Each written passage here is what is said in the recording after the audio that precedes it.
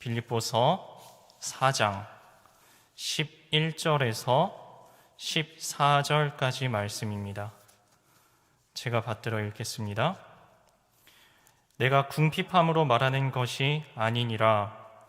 어떠한 형편에든지 나는 자족하기를 배웠노니 나는 비천에 처할 줄도 알고 풍부에 처할 줄도 알아. 모든 일 곧 배부름과 배고픔과 풍부와 궁핍에도 처할 줄 아는 일체의 비결을 배웠노라. 내게 능력 주시는 자 안에서 내가 모든 것을 할 수 있느니라. 그러나 너희가 내 괴로움에 함께 참여하였으니 잘하였도다. 아멘.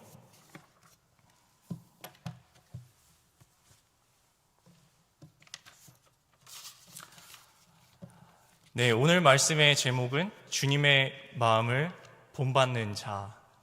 원래 오늘 말씀을 이렇게 제목을 정하고 싶었어요. 사실은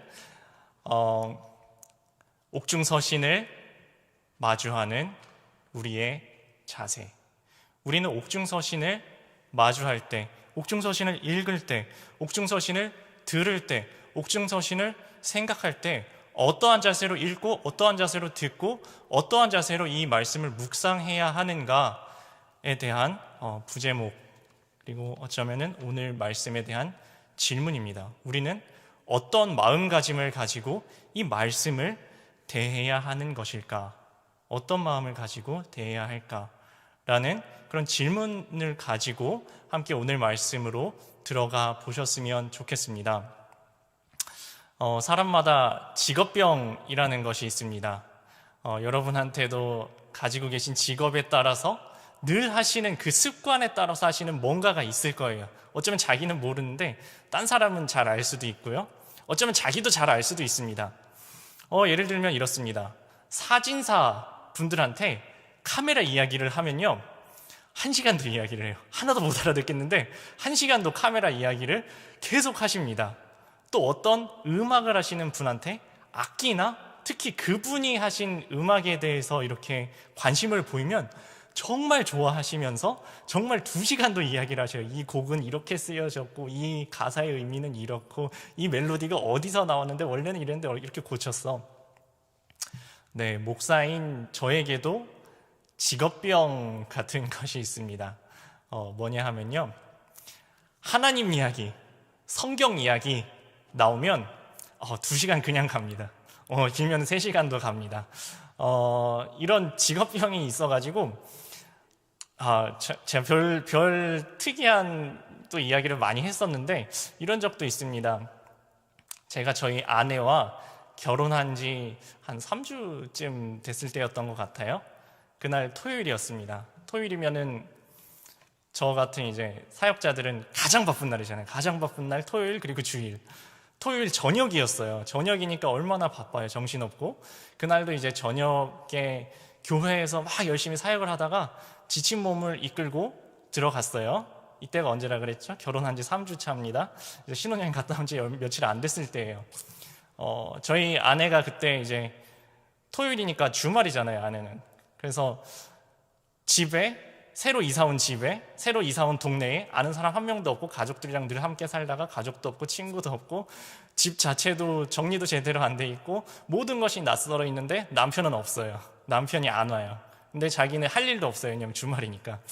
또 이제 하루 종일 저 기다리면서 이제 외롭게 혼자서 독수 공방하다가 늦게, 진짜 늦지막히 들어간 저한테 이제 하소연을 하는 거예요. 오늘 하루 종일 이렇게 외로웠다. 그래서 저는 목사잖아요. 이렇게 한마디 했습니다. 외로우면 하나님을 찾아야지. 네, 제가 지금까지 쫓겨나지 않고 같이 살고 있는 것은 정말 주님의 은혜입니다. 네, 하나님이 살아계심이 틀림이 없습니다. 하나님께서 저한테 이렇게 맡겨주신 직업, 어쩌면은 정말 귀한 사명, 소명, 이 목사의 직책을 하면서 저는 점점 하나님에 대해서 그리고 성경에 대해서 이야기도 많이 하고 생각도 많이 하고 사는데요. 얼마 전에 또 제가 귀한 저의 신앙의 선배 한 분과 이렇게 이야기를 나눌 그런 기회가 있었습니다. 저 무슨 이야기 했을까요? 네, 성경 이야기 했습니다. 저보다 한참 선배님, 제가 정말 존경하는 신앙의 선배님인데 제가 이렇게 성경 이야기를 먼저 시작을 했어요. 그 이야기가 그때 제가 이야기한 말씀이 방금 전에 읽은 빌립보서 4장의 말씀입니다. 내가 비천에 처할 줄도 알고 풍부에 처할 줄도 알아. 내가 풍부함과 비천함, 그리고 배고픔과 배부름과 배고픔, 풍부함과 궁핍함, 모든 것에 처할 줄 아는 일체의 배결을 배웠나니 내게 능력 주시는 자 안에서 내가 모든 것을 할 수 있습니다. 하지만 여러분이 나의 고난에 참여하였으니 참 잘하였습니다. 이 말씀이 너무 은혜된다고, 이거 읽어도 참 은혜된다고 얘기하면서 제가 이 본문 이야기하고 이 본문의 앞에 구절에는 이렇게 연결이 되는데 바울이 사실 바울의 소망은 예수님을 본받아서 예수님과 함께 고난을 받고 예수님과 함께 죽고 예수님과 함께 부활하는 것이었는데 사실은 바울이 그것을 다 취한 것도 아니고 온전히 이룬 것도 아니고 지금도 그 목표를 향해서 달려가고 있는 것이 바울의 믿음인데 그 바울의 믿음을 가지고 어쩌고 저쩌고 하면서 제가 정말 길게 이야기를 했어요. 그리고 이제 제 이야기가 딱 끊어지니까 조용히 저의 이야기를 들어주시던 선배님이 이렇게 이야기를 하시는 겁니다. 그래, 그 말씀이 나한테도 참 와닿는다. 하면서 그 선배님의 이야기를 이렇게 쭉 풀어놓아 주시더라고요. 어떤 이야기냐 하면은 최근에 겪은 고난에 대한 이야기를 해주시더라고요. 복음을 전파하러 나가셨어요. 이 어려운 시기에도 복음 전파하러, 특히 아이들한테 이렇게 복음을 전파하러 늘 다니시고 교회에서도 열심히 섬기는 일꾼입니다. 나서서 뭔가 이렇게 직책을 맡고 이러시는 게 아니라 정말 이름 없이 빚도 없이 아무도 알아주지 않는데 모든 것을 다 할 수 있도록 뒤에서 이렇게 해주시는 정말 헌신적인, 제가 진짜 존경하는 신앙의 선배예요. 근데 티가 안 나죠, 이런 식으로 일을 하니까. 그래서 누구한테 이렇게 험한 모진 공격을 당하셨더라고요. 한 번이 아니라 이렇게 연속적으로, 지속적으로, 되게 악의적으로 이렇게 모함을 당하신 것 같아요. 그래서 자세하게는 이야기 안 해주시더라고요. 이런 모함을 당했다라고 하시는데 목소리가 이렇게 떨리셔요. 충격을 적잖게 받으신 것 같습니다. 왜냐하면 이분의 삶을 제가 알거든요. 정말 헌신적으로 자기 몸 아끼지 않고 정말 헌신하시는데 정말 이분이 들을 수 없는 말을 들으셨어요. 그래서 제가 할 말이 없더라고요. 방금 전까지 제가 막 말씀 가지고 막 하다가 제가 입이 딱 막혔습니다. 한참을 들어드리고 기도를 했습니다. 서로를 위해서 한마디씩 기도를 해준데 제가 후배니까 먼저 기도했어요. 기도를 하는데 할 말이 없잖아요. 할 말이 없으니까 무슨 기도가 나오냐면 말씀 붙잡고 기도가 나오더라고요. 마태복음 5장 말씀이 팍 떠오르더라고요. 주님 때문에 가난한 사람에게는 복이 있습니다. 주님 때문에 애통하는 사람은, 주님 때문에 눈물을 흘리는 사람에게는 복이 있습니다. 주님께서 위로하실 겁니다. 자기 것을 내어놓는 사람, 세상에서는 바보 같다고 하는 그 양보하는 온유한 사람에게는 복이 있습니다. 세상에서 아무 잘못 없는데 복음 때문에, 주님 때문에 핍박받는 사람에게는 복이 있습니다. 천국이 저희들의 것입니다. 우리 앞선 모든 선지자들도 다 이와 같이 당하였습니다. 또 이런 기도가 나오더라고요. 골로새서 말씀입니다.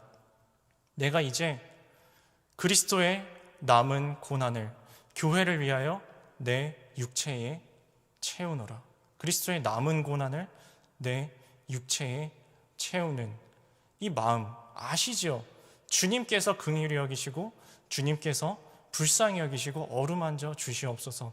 이런 기도가 나오더라고요.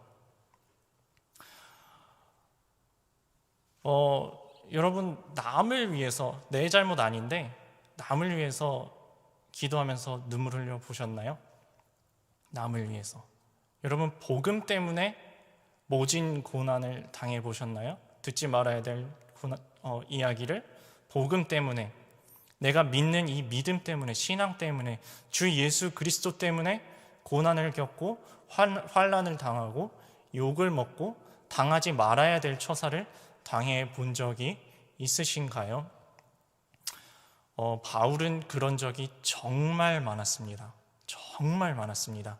그 바울이 받았던 고난을 쭉 나열해서 성경에 기록해 놓은 곳이 있습니다.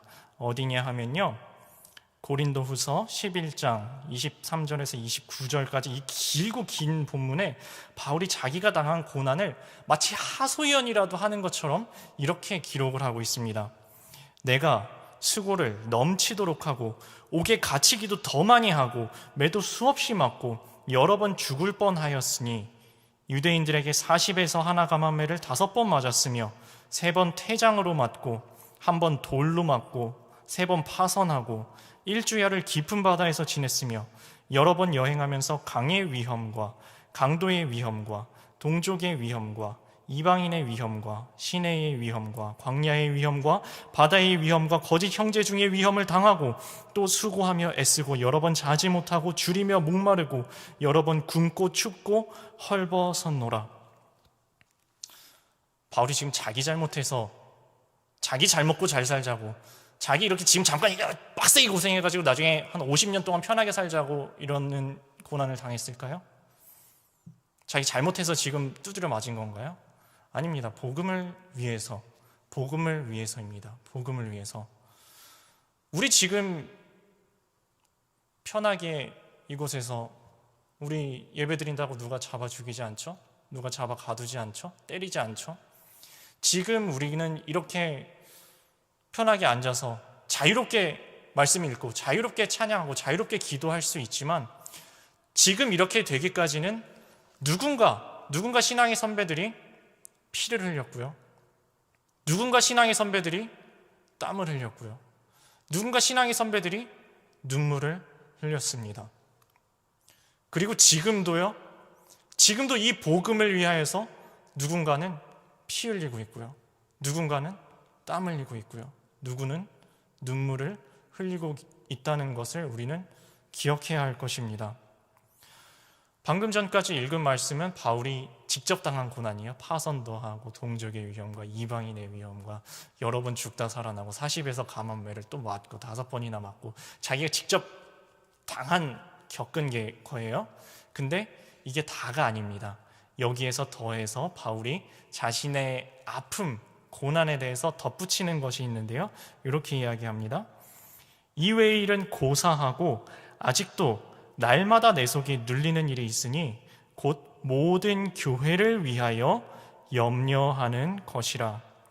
누가 약하면 내가 약하지 아니하며 누가 실족하게 되면 내가 애타지 아니하더냐.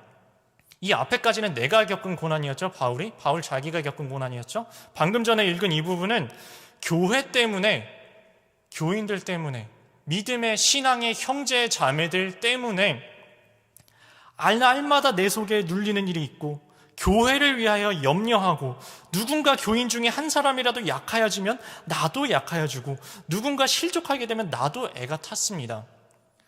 제가 아까 언급한 그 신앙의 선배님이 짊어지고 간 그 고난이 바로 요거였습니다. 교회를 위한 고난. 교회에서 누군가가 상처받으니까 이분한테 쏟아놓은 거예요. 교회에서 누군가가 마음에 눌리는 것이 있으니까 이분한테 쏟아놓은 거예요. 이 누군가가 교인이에요. 다 교인이에요. 교인들 중에 누군가가 마음에 상처받은 게 있으니까 그 상처를 그대로 입힌 겁니다. 혹시 지금 예배하고 있는 여러분들 가운데서도 믿음의 지체들이 먼 사람이 아니라, 불신자가 아니라 함께 신앙생활하는 신앙의 지체가 나한테 상처를 내거든 교회를 위한, 바울이 당했던 그 고난을 나도 당하고 있구나 생각하시기 바랍니다. 바울이 교회를 위하여서 짊어졌던 그 십자가를 지금 나도 짊어지고 있는 거구나. 지금 형제들, 믿음이 연약한 형제들, 다른 곳에서 상처 입은 형제들이 나한테 와서 이렇게 하소연하고 있는 거구나. 그것도 여러분의 십자가입니다. 바울이 졌던 십자가, 여러분에게도 지금 짊어져 있다는 사실, 여러분이 그때 자각하셨으면 좋겠습니다. 제가 시작부터 무거운 이야기를 많이 했죠. 이렇게 그리스도 때문에, 복음 때문에 당하게 되는 고난, 환난, 핍박만 이야기를 하면은 사실 다 도망가고 싶습니다. 저도 도망가고 싶어요. 이 이야기만 하면은 여러 가지 복잡한 심경이 들으실 겁니다.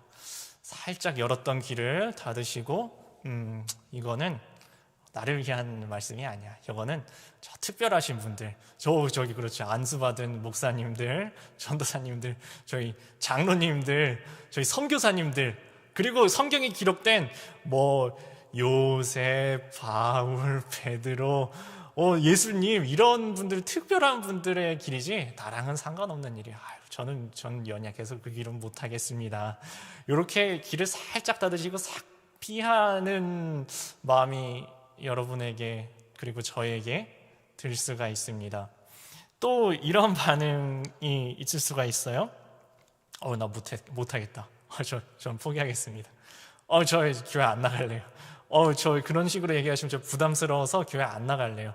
저는 조금 더 이렇게 편안하고 위안이 되고 위로가 되고 힘이 되고 지친 마음 쉴 수 있게 해주는 그런 잔잔한 말씀 해주시는 딴 교회 가겠습니다. 이런 생각이 또 들으실 수도 있습니다. 이거 우리랑 아무 상관없는 이야기인가요? 또는 우리가 도무지 감당할 수 없어서 피해야만 하는 이야기, 도망가야만 하는 이야기일까요? 우리 다 두렵습니다. 이런 말씀을 들으면 두려워요.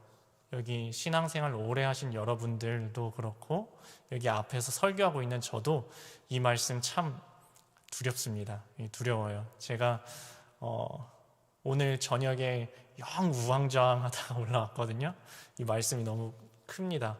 제가 감당하기에도 너무 큰 말씀, 이게 차마 저 같은 사람이 전하기에 합당하지 않은 그런 큰 말씀입니다. 두렵습니다. 이런 말씀을 정면으로 마주하는 건 정말 두려운 일입니다. 저희만 두려운 게 아니라요, 성경에 기록된 인물들도, 심지어는 예수님의 제자들도 두려웠습니다. 그래서 그 두려워하는 제자들한테 예수님께서 두려워하지 말라고 하면서 하신 말씀이 있습니다. 요한복음 16장 33절 말씀이죠. 이렇게 말씀하셨습니다. 이것을 너희에게 말하는 것은 너희에게 평안이 있게 하려 함이라. 세상에서는 너희가 환난을 당할 것이다. 그러나 담대하라. 내가 세상을 이겼노라. 세상에서는 너희가 환난을 당하나 담대하라. 내가 세상을 이겼노라. 두려워하는 우리에게 주시는 하나님의 말씀, 두려워하는 저에게 그리고 여러분에게 주시는 하나님의 말씀 붙들고 오늘 말씀 피하지 말고 직면하셨으면 좋겠습니다. 환난에서, 환난 중에도 담대할 수 있는 힘, 세상을 이기는 힘, 두려워하지 마라, 담대하라, 내가 세상을 이겼노라. 세상을 이기는 이 담대한 힘은 어디에서 나옵니까? 그것에 대해서 말씀하는 것이 바로 오늘 빌립보서 4장의 본문 말씀입니다. 나는 비천에 처할 줄도 알고 풍부에 처할 줄도 알아. 모든 일, 곧 배부름과 배고픔과 풍부와 궁핍에도 처할 줄 아는 일체의 비결을 배웠노라. 바울은 이렇게 말합니다. 나는 어떠한 상황이든지 모든 상황에서 자족하는 법을 배웠노라. 자족하는 법을 배웠노라. 이 말씀, 진짜 한 구절 한 구절이 주옥 같은 말씀입니다. 한 구절 한 구절 뜯어보면서 들어가 보겠습니다. 이렇게 이야기합니다. 나는 비천에 처할 줄도 알고 풍부에 처할 줄도 알아. 비천에 처할 줄도 알고 풍부에 처할 줄도 안다는 이야기는 뭐죠? 비천에 처할 줄도 모르고 풍부에 처할 줄도 모를 수도 있다는 거예요. 모르는 사람도 있고, 아니 모르는 사람이 많다는 거죠. 비천에 처할 줄도 모르고 풍부에 처할 줄도 모르는 사람들이 대다수인데 나는 배웠습니다. 비천에 처하는 방법도 배웠고요, 풍부에 처하는 방법도 배웠습니다. 풍부에 처하는 방법도 배워야 될까요? 비천에 처하는 방법은 그렇죠, 힘들 것 같으니까 배워야겠죠.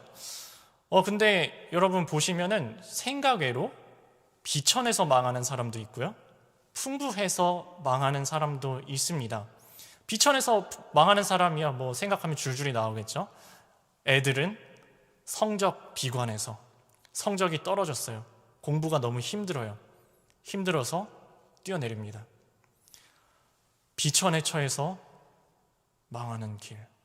조금 나이가 들어요. 청년들은 이별, 실연당해서 못 살겠대요. 조금 더 나이가 들어요.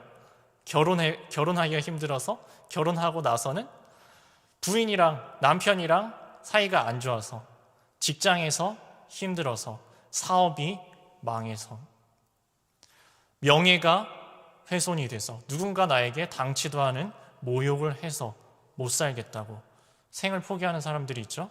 비천에 처해서 추락하는 사람들입니다. 그럼 풍부에 처하면 좋을 것 같은데 풍부에 처해서 망하는 사람들도, 추락하는 사람들도 있나요? 많죠. 풍부에 처해서, 풍부에 처할 줄을 몰라서 풍부 때문에 추락하는 사람들 많이 있습니다. 우리 뉴스에서 사실 자주 보죠. 잘나신 국회의원들, 시장, 도지사, 검찰, 경찰, 법원의 판사님들, 되게 잘나신 것 같은데 돈 많으신 회장님들, 잘생긴 연예인들, 왜 저걸 못 견디고 저렇게 몰락하고 추락할까? 풍부에 처할 줄도 모르기 때문입니다. 이 풍부 때문에 망하는 사람들 생각보다 많이 있습니다. 왜 비천에 처할 줄도 모르고 풍부에 처할 줄도 모를까요? 왜 이 자리에서 추락하는 걸까요? 하나는 불안해서입니다. 성경은 우리에게 이렇게 말합니다. 너는 내일 일을 자랑하지 말라. 하루 동안에 무슨 일이 일어날는지 내가 알 수 없음이니라. 비천한 사람은 내일 이게 좋아질까? 내일 더 나빠질까? 계속 힘들까? 알 수가 없으니까 불안한 거예요. 내일 일을 모르는 이 비천한 사람 불안합니다. 풍부하면 이 불안감이 없어질 것 같지만 풍부해도 똑같습니다. 풍부한 사람도 내일 일을 알 수가 없습니다. 내일 주식이 오를까? 그대로 갈까? 떨어질까? 내일도 이 물건이 잘 팔릴까? 내일은 이 물건이 안 팔릴까? 경쟁사가 갑자기 우리 회사보다 확 올라가진 않을까? 끊임없는 불안이 있습니다. 몰라서. 이 불안감을 풍부 하나 비천 하나 이겨낼 수가 없는 겁니다. 또 한 가지는요, 공허함입니다. 우리 사람에게는요, 영원을 사모하는 마음, 주님을 닮은 피조물인, 하나님의 형상을 닮은 피조물인 우리 인간에게는요, 우리 인간의 마음에는 하나님이 계셔야만 하는 하나님의 자리가 있습니다. 그런데 비천한 사람은 어떻게 해서든지 아등바등 사는 걸로 여기를 채우려고 그러고, 풍부한 사람은 자신의 재물과 명성과 자신의 학식 같은 걸로 여기를 채우려고 하지만 사실은 여기는 하나님의 자리예요. 그래서 채워지지가 않습니다. 아무리 들이부어도 마음이 공허한 것이 채워지지가 않는 거예요. 그러니까 그 많은 걸 가진 사람들이 마약을 하고, 여자 뒷공문이 쫓아다니다가 스캔들 나고, 뭔가 비리를 또 저지르고, 돈도 많은데 어디 가서 뭐 훔치고, 채워도 채워지지 않는 공허함. 하나님이 계셔야 되는 자리에 하나님이 안 계시니까 비천하든 풍부하든 채워지지 않는 공허함을 이기지를 못하는 겁니다. 그러면 비천에도 처할 줄 알고 풍부에도 처할 줄 아는 일체의 비결을 배웠다. 이 일체의 비결, 배부름과 배고픔과 풍부와 궁핍에도 처할 줄 아는 일체의 비결은 무엇일까요? 하나님입니다. 다른 거 없습니다. 예수 그리스도. 예수 그리스도만이 우리의 정답이 되십니다. 되게 어떻게 보면 간단해요. 어떻게 보면 되게 쉬운 것 같은 단순한 대답입니다. 이러이러한 문제가 생겼습니다. 어떻게 해야 할까요? 하나님 붙잡으십시오. 이런 문제가 생겼습니다. 어떻게 해야 할까요? 예수 그리스도를 붙잡으십시오. 예수 그리스도를 붙잡으면요, 이런 일이 일어납니다. 높은 산이 거친 들이나 초막이나 궁궐이나 내 주 예수 계신 곳이 그 어디나 하늘나라. 궁핍에도 처할 줄 알고 풍부에도 처할 줄 아나 배부름과 배고픔과 풍부와 궁핍의 모든 것에서 모든 일에 자족하는 법을 배웠노니 일체의 비결을 내가 배웠다. 다름 아닌 예수 그리스도 꽉 붙잡은 것입니다. 궁궐에 가서도 주님 때문에 행복합니다. 초막에 가서도 주님이 함께 계시기 때문에 나는 괜찮습니다. 거친 들에 가서도 주님께서 이곳에 나와 함께 계시니 이곳이 하늘나라입니다. 이것이 하나님 꽉 잡은 사람, 예수 그리스도를 꽉 붙잡은 사람만이 누릴 수 있는, 세상이 줄 수 없는 평안, 세상이 빼앗아갈 수 없는 주님의 평안, 사도 바울이 이야기하고 있는 일체의 비결입니다. 이것을 바울이 특이한 단어를 써서 2번 반복해서 이야기합니다. 나는 이것을 배웠다. 나는 이것을 배웠다라고 이야기합니다. 배웠다라는 단어 아시죠? 배웠다. 배웠다는 이야기는요, 원래부터 나는 태어날 때부터 할 수 있었어. 이거 못하는 사람도 있어. 너 이거 왜 못하냐? 이게 아니라 나는 도무지 할 수 없었는데, 마치 수영을 할 수 없는 사람이 물에 탁 집어넣으면 죽을 수밖에 없었는데 수영을 배워서 물살을 헤쳐나갈 수 있는 것을 배운 것처럼, 지금 바울은 원래 할 수 있었던 것이 아니라 원래는 도무지 할 수 없었던 무언가를 배웠다라고 이야기하고 있습니다. 배웠다. 처음부터 할 줄 아는 것도 아니고요, 지금 다 온전히 이루었다 하는 것도 아닙니다. 원래는 불가능한 일이에요. 물에 수영 못하는 사람 휙 던져놓으면 빠져 죽죠. 허우적거리다가 죽습니다. 그것처럼 불가능한 일이에요. 풍부와 궁핍, 모든 일에서 일체의 비결을 배워서 자족할 수 있는 것은 원래는 불가능한 일인데, 주님께로부터 배웠다는 것, 주님 때문에 할 수 있음을 배웠다는 것입니다. 이거는요, 단순히 눈으로 보고 귀로 듣고 교회에서 이렇게 설교해 주는 이야기를 듣고, 아 그렇구나, 오케이 깨달았다, 나 알 수 있을 것 같아, 마치 수학 문제 푸는 것처럼 아하, 그걸 지금 배웠다고 하는 것이 아닙니다. 바울은 그거를 다 겪은 거예요.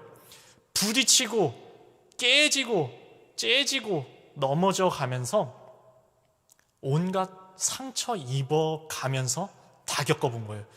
풍부에도 처해봤고요, 궁핍에도 처해봤어요.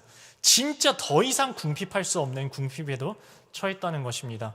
지금 여기 바울이 감옥에서 이 편지를 쓰고 있죠. 감옥에서 이 편지를 쓰고 있습니다. 감옥에서 좋은 옷을 입혀줬을까요? 여러분, 이 당시에는요, 지금 저희가 입은 옷은 대부분 아마 전부 다 공장에서 만들었을 겁니다. 실도 공장에서 전부 뽑았을 거고요, 다 직조기 돌려가지고 천을 쫙 짰을 거고, 다 기계로 다 재단해서 기계로 다 박았죠. 순식간에 만들었을 겁니다. 지금은 옷이 싸요. 이 당시에는 모든 실을 다 손으로 해서 천을 만들어서 손으로 잘라서 손으로 해서 옷 입혔을 거겠죠. 감옥에 있는 바울, 차갑고 어두컴컴한 감옥 안에 있는 바울은 이 옷을 제대로 입었을까요? 제대로 된 옷이었을까요? 밤에 덮을 이불을 제대로 제공을 해줬을까요? 사도 바울은 계속해서 교회 세우고 이동하고 교회 세우고 이동하고 교회 세우고 이동하고 했죠. 가면서 요새처럼 카드 한 장 딱 들고 가서 은행 잔고해서 국제적으로 어디를 가든지 끌으면 되는 시대가 아닙니다. 그렇다고 바울이 금덩이 이렇게 들고 다니면서 금 하나씩 이렇게 주면서 바꿔가면서 다녔을까요? 가는 곳곳마다 자기를 서포트해 줄 수 있는 무슨 은행 같은 게 있었을까요? 따라다니면서 계속 뭔가 누가 공급해 주는 누가 있었을까요? 사실 빌립보 교회에서 이 사도 바울의 전도 여행을 계속 뒷바라지를 하려고 그랬습니다. 근데 바울이 한 곳에 가만히 있질 않잖아요. 바울은 개척하고 또 움직이잖아요. 그럼 어디 간지를 빌립보 교회에서 어떻게 알까요? 알 수 있는 방법이 없어요. 거기까지 가서 바울 선생님 이미 떠나셨습니다. 어디로요? 저기 아테네로 가셨습니다. 그럼 아테네까지 가는 거예요. 아테네에서 또 떠나셨습니다. 어디로요? 고린도로 가셨습니다. 그럼 고린도까지 가는 거예요. 고린도까지 가면은 고린도에서 또 떠나셨습니다. 어디로요? 에베소로요. 계속 따라다니면서 간신히 따라잡으면은 편지와 물품을 간신히 전달해 드리는 거고요. 아니면은 현지 조달하는 거예요. 교회가 없는 곳이에요. 이 교회가 없는 곳들을 돌아다니면서 현지 조달해 가면서 입으로 다 해졌겠죠. 신발 다 터졌겠죠. 돈 당연히 금방 떨어졌을 거고요. 천막 기워가지고 간신히 팔아가지고 어떻게 해가면서 정말 거의 상거지꼴로 돌아다니다가 붙잡혀서 감옥에 갇혀서 쓰고 있는 이 편지의 말씀입니다. 이 말씀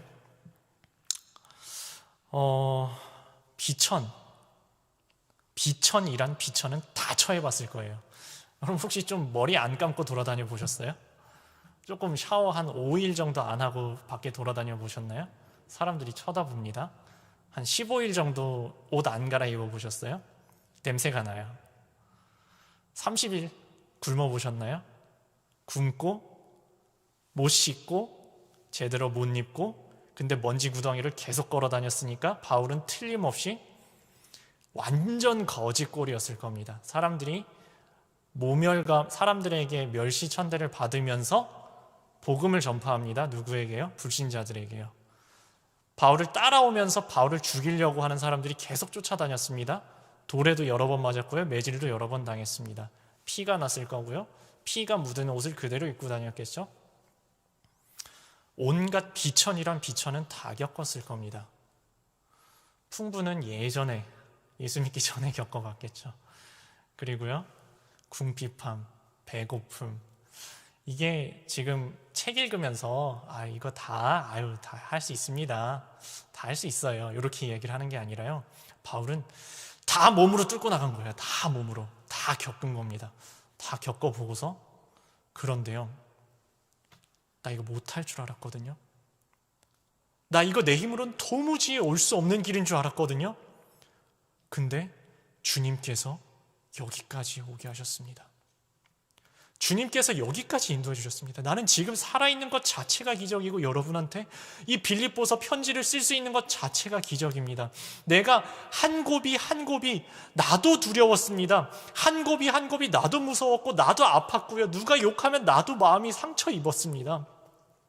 근데 하나하나 다 내 힘으로는 도무지 넘어갈 수 없는 그 계단들, 아까 줄줄이 읽었던 그것들이 다 고비들이에요. 바울이라고 안 아팠을까요? 바울이라고 채찍질 당하는데 무슨 강철로 이렇게 했을까요? 바울은 심장에 강철 두르고 사나요? 욕해도 마음이 아무렇지도 않아요? 바울은 무슨 사람이 아니라 로봇인가요? 바울도 우리랑 똑같은 사람입니다. 똑같이 맞으면 아프고요. 누가 위협하면 겁나고요. 똑같은 사람이에요. 그런데 지금 많은 길을 이미 달려온 바울이 나 이거 못할 줄 알았습니다. 할 줄 모르는 거였습니다. 근데 배웠습니다. 이 모든 일을 겪으면서 배웠습니다. 하나님께서 이 모든 상황 속에서 자족하는 법을 나에게 알려주셨습니다. 그래서 나는 이 모든 상황에 처할 줄 아는 일체의 비결을 배웠습니다. 라고 이야기하는 것입니다. 여러분 사실 이거 안 겪고 싶으시죠? 안 겪고 싶으시죠? 그 성경에 고난 별로 기록되지 않은 이삭 같은 인물로 살고 싶으시죠? 이렇게 편안하게 별로 굴곡 없이 평탄하게 뭐 크게 성공하면 좋지만 크게 성공 안 해도 이런 일은 겪고 싶지 않으시죠? 저도 그렇습니다. 근데 바울의 이야기 조금 더 들어가 볼까요? 나는 내게 능력 주시는 자 안에서 내가 모든 것을 할 수 있습니다. 내게 능력 주시는 자 안에서 나는 모든 것을 할 수 있습니다. 내게 능력 주시는 자. 바울은 내게 능력 주시는 자 안에 있었습니다. 사실 바울은 어디 있죠? 바울은 감옥 안에 있습니다. 내게 능력 주시는 자 안? 아니요, 바울은 지금 묶여 있고요. 감옥 안에 있어요. 바울은 감옥 안에서 이야기하는 겁니다. 지금 내게 능력 주시는 자 안, 어디 안이라는 이거는요, 사실은 감옥 안에 있는 바울의 현실과 정확하게 대비되는 겁니다. 나는 감옥 안에 있지만 나는 사실은 감옥 안에 있는 것이 아니라 내게 능력 주시는 주 하나님 안에 있습니다. 나를 둘러싸고 있는 이곳은 하나님으로 가득 차 있습니다. 내 눈앞에, 내 곁에, 내 안에 주님께서 계시기에 나는 무엇이든지 할 수 있습니다. 내게 능력 주시는 자 안에서 내가 모든 것을 할 수 있다. 우리 그리스도인들이 되게 좋아하는, 그래서 현판으로 만들어서 가게나 집에 걸어놓기 되게 좋아하는 말씀입니다. 그래서 주님을 힘입어서 나는 무엇이든지 할 수 있습니다. 다 할 수 있습니다. 라는 것으로 이렇게 단편적으로 이해되기 쉬운 구절인데요. 방금 전에 읽었던 그게 13절이죠. 바로 연달아서 14절로 이렇게 이어집니다. 그러나 13절로 끝났으면 참 좋았을 텐데. 주님의 힘으로 그래 다 할 수 있습니다. 어려움도 이겨낼 수 있고요. 좋은 시절에나 나쁜 시절에나 내가 다 할 수 있습니다. 주님 때문에. 그걸로 끝났으면 좋겠는데. 그러나로 연결이 됩니다. 이 그러나의 길, 바울 어떻게 걸어갔을까요? 바울 어떻게 걸어갔을까요? 저는 바울이 이런 찬양을 하면서 이 길 걸어갔을 거라고 생각합니다. 아마 똑같은 멜로디는 당연히 아니었을 거고요. 똑같은 가사는 아니었지만 바울의 마음속에 늘 되뇌이는 말씀, 늘 되뇌이는 찬송은 이것과 동일한 내용이었을 거라고 생각합니다. 어떤 찬양이냐 하면요, 주님의 마음을 본받는 자, 그 마음에 평강이 찾아옴은. 평강이라니요. 도무지 평강이 찾아올 수 없는 이 상황의 평강이라니요. 매맞고 있는 상황의 평강이라니요. 거짓골로 하고서 모든 사람이 나를 욕하고 나를 죽이기 전에는 내가 먹지도 마시지도 않겠다고 맹세하고 쫓아오는 이 상황에서 평강이라니요. 험악한 세상을 이길 힘이. 험악합니다. 바울이 마주한 세상은 정말 험악했어요. 바울이 마주한 세상은 정말로 험악했습니다. 험악한 세상을 이길 힘이 이 땅에는 없어요. 하늘로부터 임함이로다. 2절 가사가 이렇습니다. 주 모습 내 눈에 안 보이며 그 음성 내 귀에 안 들려도. 우리는 이런 순간이 사실 많아요. 하나님이 뭐라고 하시는지 안 들릴 때가 많아요. 우리 예배 때마다 다 집중해서 하나님의 말씀 하나하나 이렇게 마음에 다 새겨지시나요? 저는 안 그럴 때 많던데요. 여러분 어떠세요? 하나님이 여러분한테 고개 돌린 것 같은 순간 찾아오지 않으시던가요? 사방을 둘러봐도 하나님이 보이지 않을 때 혹시 없으시던가요? 주 모습 내 눈에 안 보이며. 때로는 주님 앞에 나와서 주님의 이름을 부르짖는데 하나님께서 나에게 응답해 주지 않으시는 것 같은 순간 혹시 경험해 보지 아니하셨나요? 주 음성 내 귀에 안 들려도. 바울이라고 이런 순간 경험하지 않았을까요? 아니요, 바울도 경험했습니다. 아니요, 예수님도 경험하셨습니다. 예수님 십자가에 달렸을 때 뭐라고 말씀하셨죠? 엘리 엘리 라마 사박다니, 나의 하나님 어찌하여 나를 버리십니까? 하나님과의 단절, 어찌하여, 도무지 이해할 수 없는 상황. 주 모습 내 눈에 안 보이고 주 음성 내 귀에 안 들려도, 근데 내 눈에도 보이지 않고 귀에도 들리지 않지만 사도 바울은 어떻게 버틸 수 있었을까요? 내 마음 날마다 주를 만나 신령한 말씀 늘 배우도다. 이것이 우리가 말씀 붙잡는, 이것이 우리가 말씀을 늘 배우는, 말씀을 암송하고 말씀을 끼고 다니고 말씀을 매일 묵상하는 이유입니다.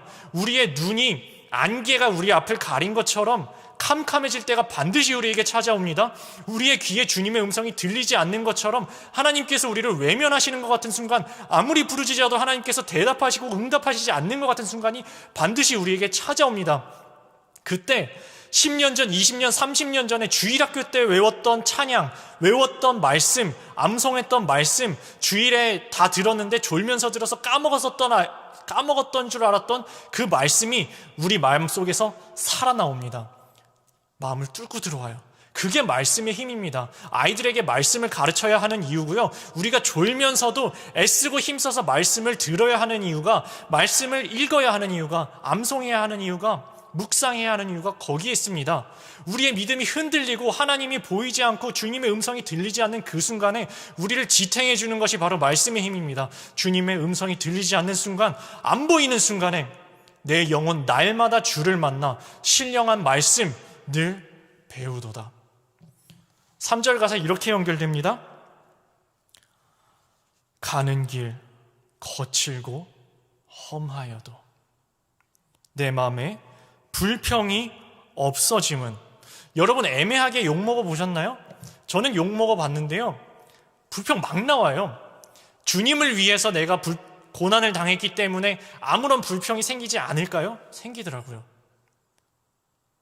나 지금 분명히 주님을 위해서 당하고 있는 고난인데 내 마음에 불평이 생기고 저 사람을 향한 원망이 생기고 저 사람은 왜 나한테 이렇게 하는 거지?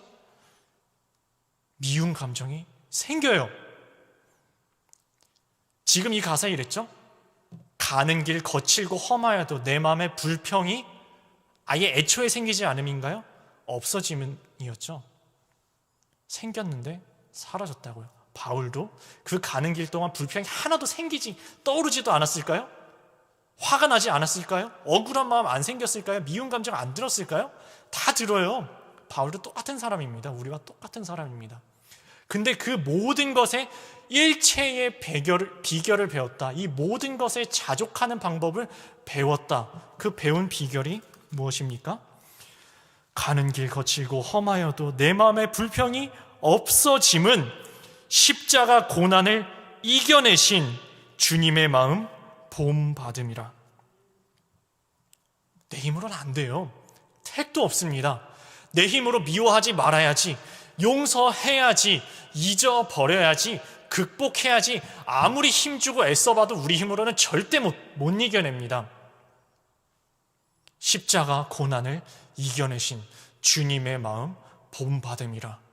너희 안에 이 마음을 품으라. 곧 그리스도 예수의 마음이니. 그는 근본 하나님의 본체시나. 하나님과 동등됨을 취할 것으로 여기지 아니하시고 자기를 비워 종의 형체를 가지시고 사람과 같이 되셨고 사람의 모양으로 나타나서 자기를 낮추시고 죽기까지 복종하셨으니 곧 십자가에 죽으심이라. 너희 안에 이 마음을 품으라. 주님의 마음 품을 때만 가능한 이야기입니다. 바울이 어떻게 이겼습니까? 사도 바울이 대단한 사람이라서요? 사도 바울의 성정이 선한 사람이어서요? 온유한 사람이어서요? 사도 바울이 착해서요? 사도 바울은 화낼 줄 몰라서요? 사도 바울은 강인해서요? 로봇처럼 강철 같은 심장을 가져서요? 아닙니다. 주님의 마음 본받음이라. 십자가 고난을 이겨내신 주님의 마음 본받음이라. 이것이 사도 바울이 배웠던 일체의 비결이었습니다. 내게 능력 주시는 자 안에서, 내게 능력 주시는 자 안에서 주께 힘을 얻어서 버티고 견디고 이겨낼 수 있다는 것입니다. 여러분 혹시 무엇을 붙잡고 계시나요? 지금 이 순간 뭐 붙잡고 계세요? 예배당 나가는 순간 뭐 붙잡으실 거세요? 내일 아침 눈 뜨는 순간 뭐 붙잡으실 건가요? 내일 하루를 살아가면서 뭐 붙잡고 사실 건가요? 세상 사람들이랑 똑같은 거 붙잡고 사실 건가요? 그럼 우리 못 이깁니다. 저도 못 이기고요. 여러분도 못 이겨요. 내가 잘나서 이길 수 있는 거 하나도 없습니다. 오직 주님의 마음 본받아 살면서 주님을 꽉 붙잡을 때, 주님 예수 그리스도의 마음을 품을 때, 그때 주님께서 부어주시는 은혜로만, 주님께서 부어주시는 은혜로만 이겨나갈 수가 있는 것입니다. 이 능력, 주님께 힘을 받아서 주 안에서 나는 모든 것을 할 수 있다. 그 바로 다음에 이렇게 연결된다 그랬죠? 그러나 다음에 뭐라 그랬죠? 그러나 너희가 나의 고난에 참여하였으니 잘하였도다.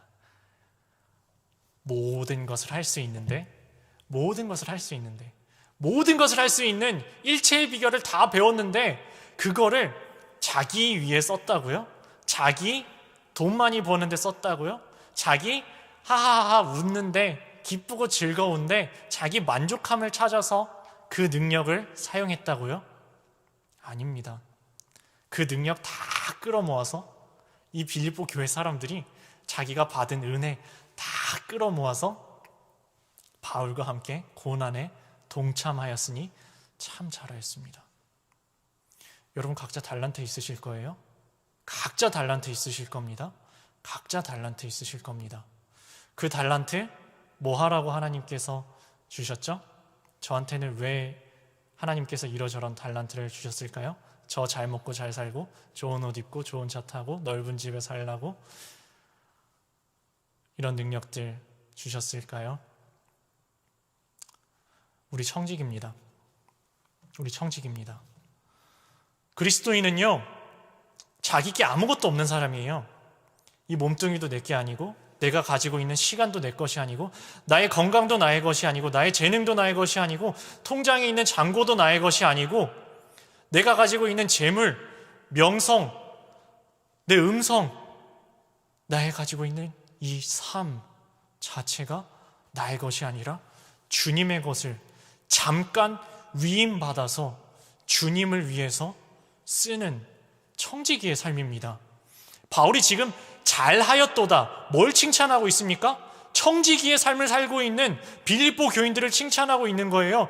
여러분들이 그 많은 능력과 은혜를 받아서 자기 잘 먹고 잘 사는 데 쓰는 것이 아니라 주님의 고난의 길에 동참하였으니 그리스도의 남은 고난을 여러분 육체에 채우고 주님과 함께 눈물 흘리고 내가 주님과 함께 아파하는 그 순간에 여러분도 함께 아파하였고 여러분도 복음을 위해서 함께 눈물로 기도하였고 함께 물질로 섬겼고 여러분 각자의 삶 속에서 그리스도를 본받는 삶을 각자의 사명을 감당하였으니 그것이 바로 방금 전에 이야기한 그러나 여러분이 고난에 동참하였으니 참 잘하였습니다 라는 말씀입니다. 이것이 각자의 자리에서 사명 감당하는 청직이 된 참 그리스도인들입니다. 여러분 혹시 풍부하신가요? 풍부에 처해 계신가요? 풍부한 자리에서 감당해야 하는 주님께서 주시는 소명이 있습니다. 궁핍에 처해 계셨나요? 궁핍한 자리에서 다해야만 하는 주님의 소명이 있습니다. 배가 부르신가요? 그 배부름을 이용해서 감당해야 하는 주님께서 주시는 사명이 있습니다. 배가 고프신가요? 그 배 고픈 것 때문에 감당해야 하는 주님의 사명이 있습니다. 모든 상황 속에서 나는 왜 이 자리에 있지? 주님께서 사명 감당하라고 그 자리에 세우신 겁니다. 나는 왜 여기에 와 있을까? 주님께서 생명을 살리라고 사명 감당하라고 그 자리에 세우신 것입니다. 말씀 마무리하려고 합니다. 이거 내 힘으로 되나요? 다시 한번 여쭙겠습니다. 이거 우리 힘으로 되나요? 절대 안 됩니다. 주님께서 부어주시는 주님의 마음, 주님께서 부어주시는 한량없는 은혜로만 가능합니다. 부족한 제가 말씀 전했습니다. 여러분에게 어떤 것이 남았는지 잘 모르겠어요. 하나라도 붙잡으셨으면 좋겠습니다. 주님의 마음 정말 한 쪼가리라도, 주님의 심장 한 쪼가리라도 우리 마음에 새기시는 시간 되셨으면 좋겠습니다. 잠깐 기도하겠습니다. 사랑의 주님,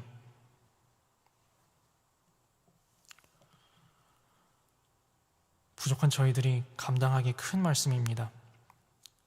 주님의 마음 본받는 것, 사실은 본받기 싫은 마음이 더 큽니다. 피하고 싶고요, 외면하고 싶은 주님의 길. 그러나 저희가 주님의 마음을 본받아 주님의 마음을 품고 살아갈 때 어떤 상황에도 자족할 수 있는 일체의 비결, 모든 상황을 이겨낼 수 있는 일체의 비결, 세상에서는 너희가 환난을 당하나 담대하라, 내가 세상을 이겼노라, 세상 이기신 주님께서 주시는 세상이 빼앗아갈 수 없는 평안, 세상이 줄 수도 없는 그 평강, 우리가 품고 살아갈 수 있는 것은 오직 주님의 마음을 본받을 때 뿐입니다. 주님,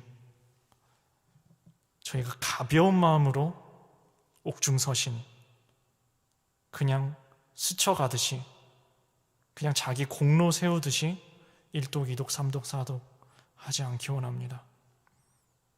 한 말씀 한 말씀 우리 마음에 진심으로 받아들이기 원합니다.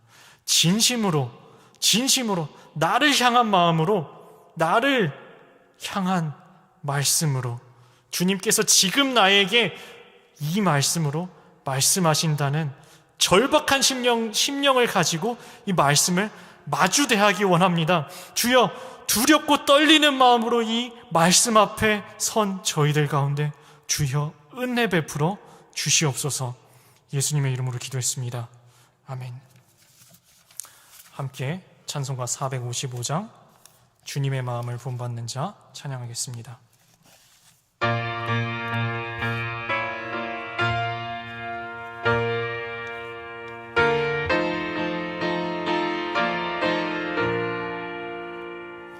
주님의 마음을 본받는 자, 그 마음에 평강이 찾아오면 험악한 세상을 이기리니 하늘로부터 임함이로다.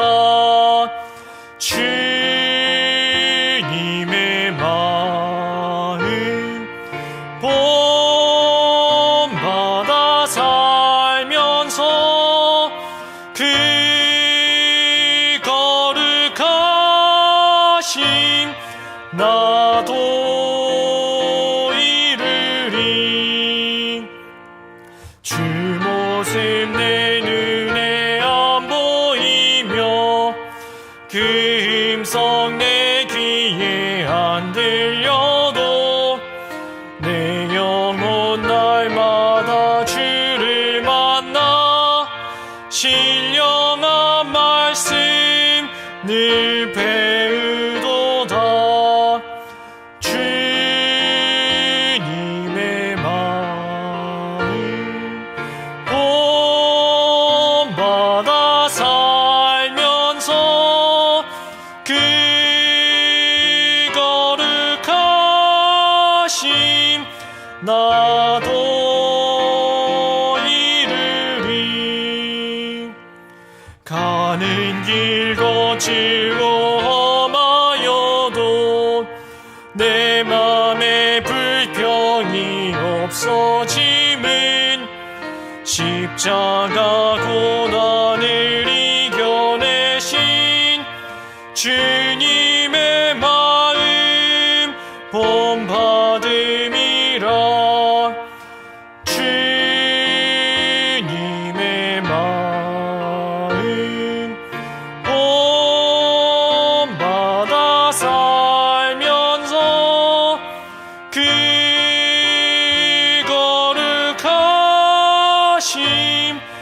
나도 이르리. 주 예수 세상에 다시 오실 그날의 무성도 변하여 주님의 빛나는 그 영상을 다 함께 보며 주 찬양하리.